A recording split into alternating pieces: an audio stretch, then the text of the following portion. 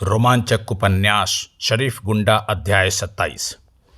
Police के जवान media को संभालने की कोशिश कर रहे थे, जबकि मीडिया वाले भैरव दत्त के बंगलों में जाना चाहते थे। सब मीडिया वालों को हादसे के बाद बंगलों से बाहर निकाल दिया गया था। पुलिस की फॉरेंसिक एक्सपर्ट की टीम आ चुकी थी और अपने काम में मशगूल हो गई थी। ताजमहल सेट पे अब राख की ढेर में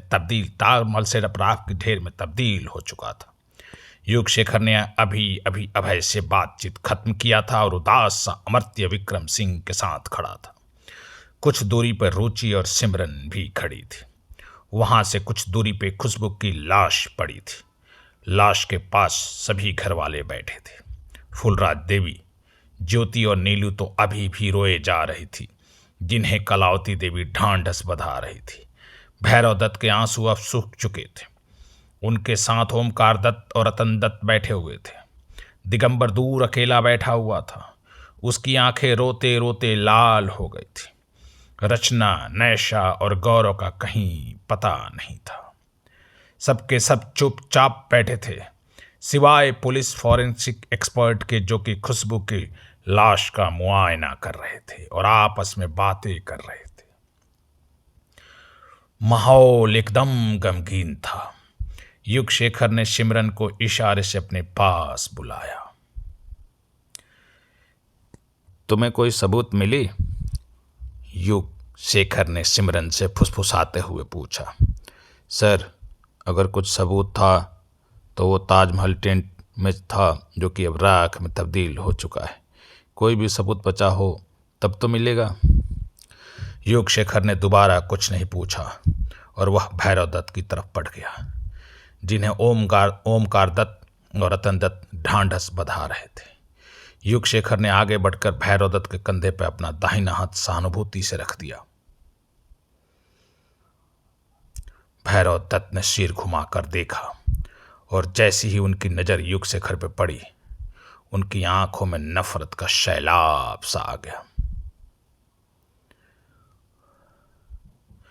एक नकाबपोश मारा गया दत्त साहब, युग शेखर ने खबर दी। इससे मेरी बेटी वापस तो नहीं आएगी ना? मैंने पहले मना किया था, लेकिन तुम लोगों के जिद के कारण। भैरव दत्त का गला रूंध गया। आंखों से आंसुओं की अनगिनत धाराएं बह चली। युग शेखर को बातचीत के लिए समय उचित न लगा। वह डीसीपी सुब्बा राव की तरफ बढ़ गया, जो कि फॉरेंसिक एक्सपर्ट के साथ बातचीत में मशगूल थे। खुशबू की लाश पर कफन डाल दिया गया था। फूलराज देवी लाश से कुछ दूरी पर ज्योति की गोद में सिर रखकर बैठी थी। वहां डॉक्टर भिंडेलवाल भी आ गए थे, जो कि फूलराज देवी के नब्ज को अपने हाथों से दबाकर उनकी धड़कनों की जांच कर रहे थे। युग शेखर धीरे से डीसीपी सुब्बा राव के पास पहुंचा। उसने सुब्बा राव से धीमी आवाज में कहा, सर, एक नकाबपोश को मेरे मातहत ने पकड़ने की कोशिश की, लेकिन सिर में चोट लगने की वजह से वह मर गई बिना कुछ बताए। मर गई? यस सर, वह एक लड़की थी, युग शेखर ने धीमी आवाज में कहा। डीसीपी सुब्बा राव ने होठ गोल किए, लेकिन बोला कुछ नहीं, कुछ भी नहीं।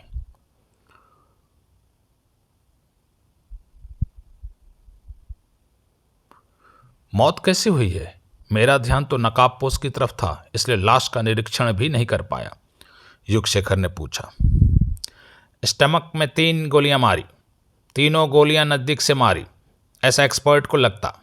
स्पॉट डेथ होता, डीसीपी सुब्बा राव ने कहा तो युग शेखर समझ गया कि वह बोलना चाहते हैं कि पेट में 3 गोलियां नजदीक से मारी गई है। आपको क्या लगता है, गोली किसने मारी? मेरा मतलब है कि खुशबू नकाबपोशों की गोली का शिकार बनी या फिर? युग शेखर ने फिर से पूछा। मैं भी यही सोचता। मैं स्टेज पर सबसे पीछे होता। हमने हमलावरों को मौका नहीं देता। I think it's not possible. गोली किसी और ने मारा होता।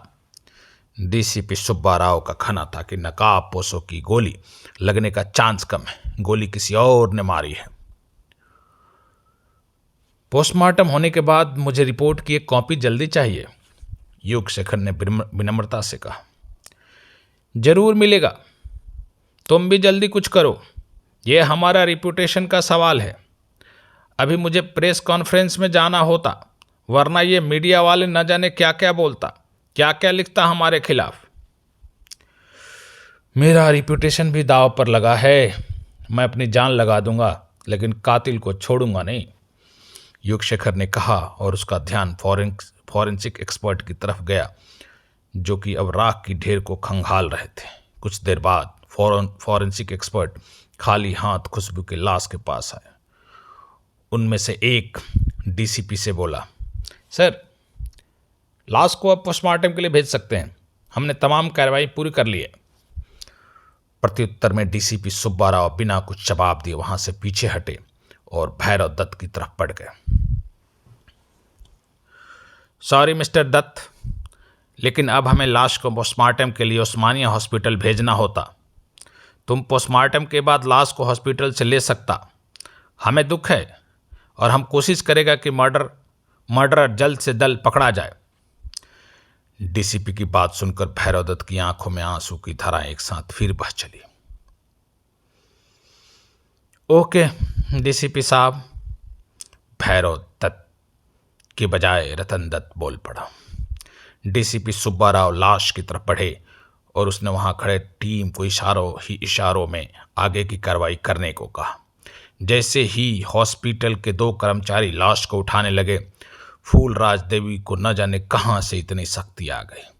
वह चित्कार करते हुए रोने लगे। उसके साथ ही ज्योति और नीलू भी बेतहासा चिल्ला चिल्ला कर रोने लगे। युगशेखर को अब सहन नहीं हो रहा था।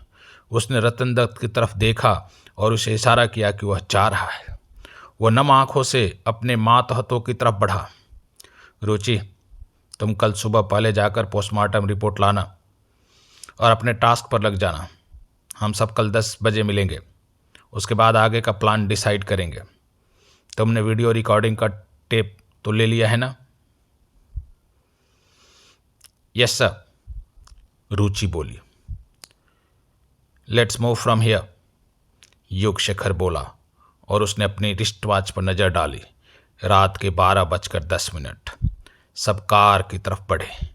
कार में सवार होकर जब वो गेट से बाहर निकल रहे थे तो कई मीडिया रिपोर्टर उनकी कार की तरफ लपके, लेकिन पुलिस के जवान उन्होंने रोक लिया।